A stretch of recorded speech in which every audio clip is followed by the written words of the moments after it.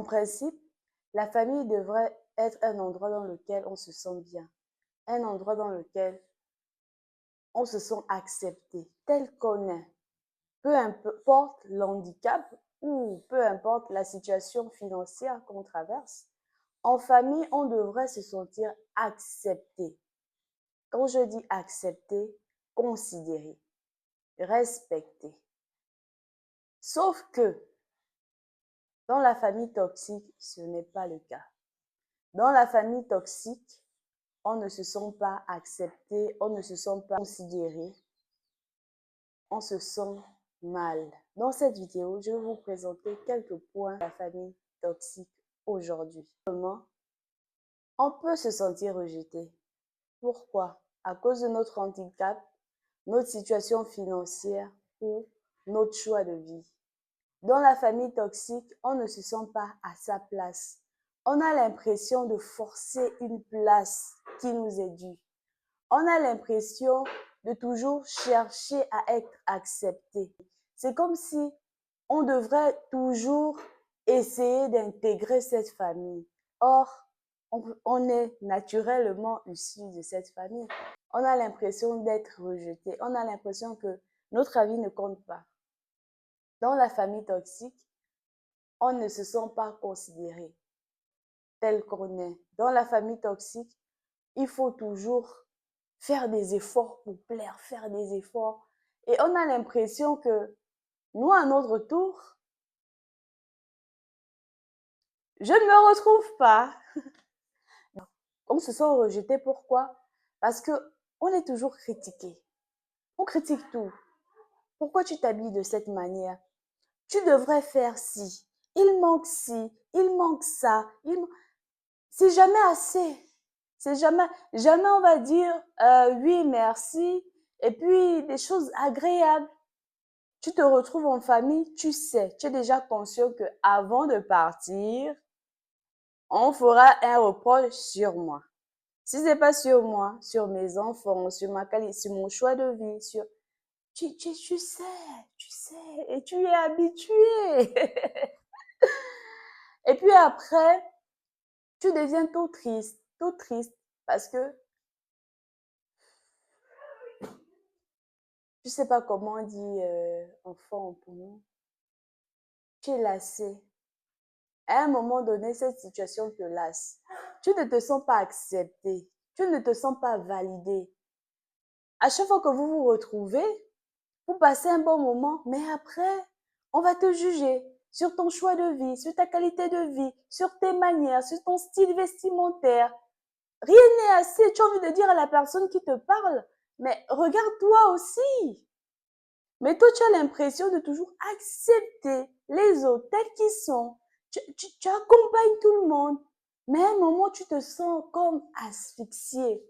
Tu as envie d'éclater pour dire arrêtez, 9 heures, arrêtez, plus jamais. Je suis fatiguée. Arrêtez, arrêtez. Si on ne te critique pas toi, on critique tes enfants, on critique ton choix de vie, on critique ta qualité de vie, on critique ta manière de manger, ta manière de bouger, ta manière de... Ah, Seigneur! Deuxièmement, dans la famille toxique, on ne forme pas un. On ne vit pas les épreuves ensemble.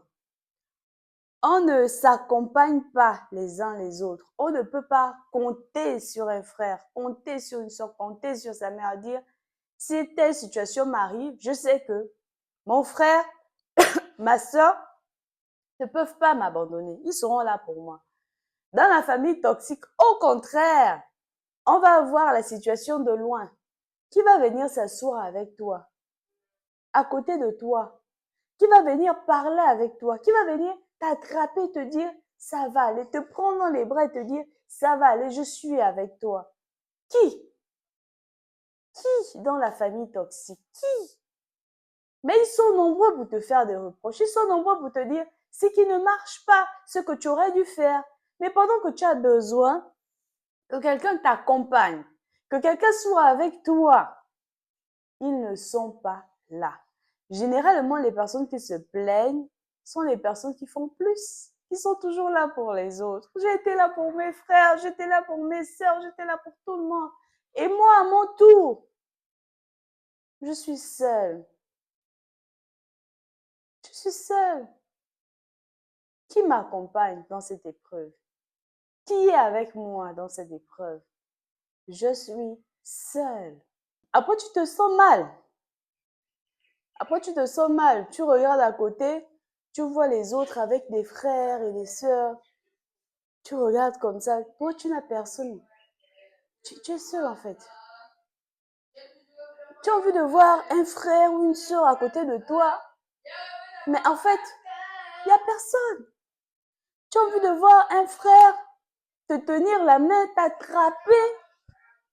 Mais il n'y a personne. Est-ce que tu es le seul enfant de tes parents? Les parents sont absents. Le père n'est pas là, la mère n'est pas là. Tu te retrouves seul. Seul. À prendre soin de tout le monde. Tu donnes avec les larmes aux yeux parce qu'on ne voit pas ton cœur. En fait, quand tu donnes, c'est comme si tu cherches à être accepté, à être validé, à être considéré. Tu as l'impression de... En fait, implicitement, tu ne te rends pas compte que c'est comme si tu voulais acheter leur amour. Moi, on n'achète pas l'amour de quelqu'un. On ne peut pas acheter l'amour, on ne peut pas acheter le respect, on ne peut pas acheter la considération. On ne peut pas. Troisièmement, dans les familles toxiques, ou de jalousie. Il y a des personnes qui vont même jusqu'à souhaiter que leur frère ne puisse pas avoir la promotion. Sinon, il va me dépasser. Souhaiter que leur sœur ne puisse pas se marier. Souhaiter que le frère perde l'emploi ou la sœur perd l'emploi.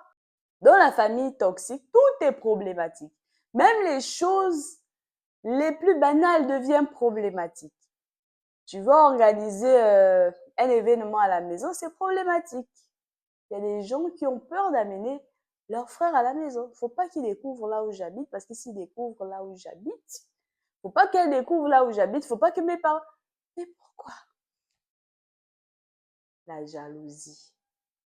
Il y en a qui vont jusqu'à tuer les parents, tuer les frères, tuer les enfants à cause de la jalousie. Ce n'est pas bien. Ça doit s'arrêter. Ça doit finir. Quatrièmement, l'hypocrisie.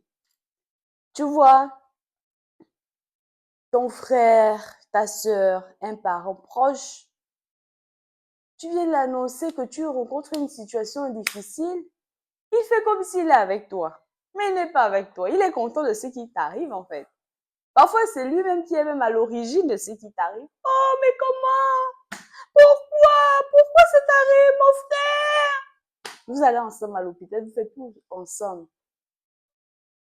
Ton frère de sang, ta sœur de sang, ou bien ton parent de sang. Heureux du malheur qui t'arrive. Heureux que ça puisse t'arriver à toi. Parce que aimer trop se faire voir, c'est bon.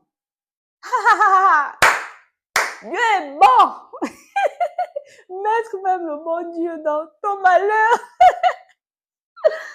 Ah Seigneur, sauve-nous de là. Cinquièmement, il y a des abus psychologiques et physiques. L'abus physique, c'est le fait de s'en prendre à ta personne de façon physique. La personne va te donner des sanctions vraiment très importantes. On va battre un enfant, pas taper l'enfant, battre l'enfant. C'est toxique.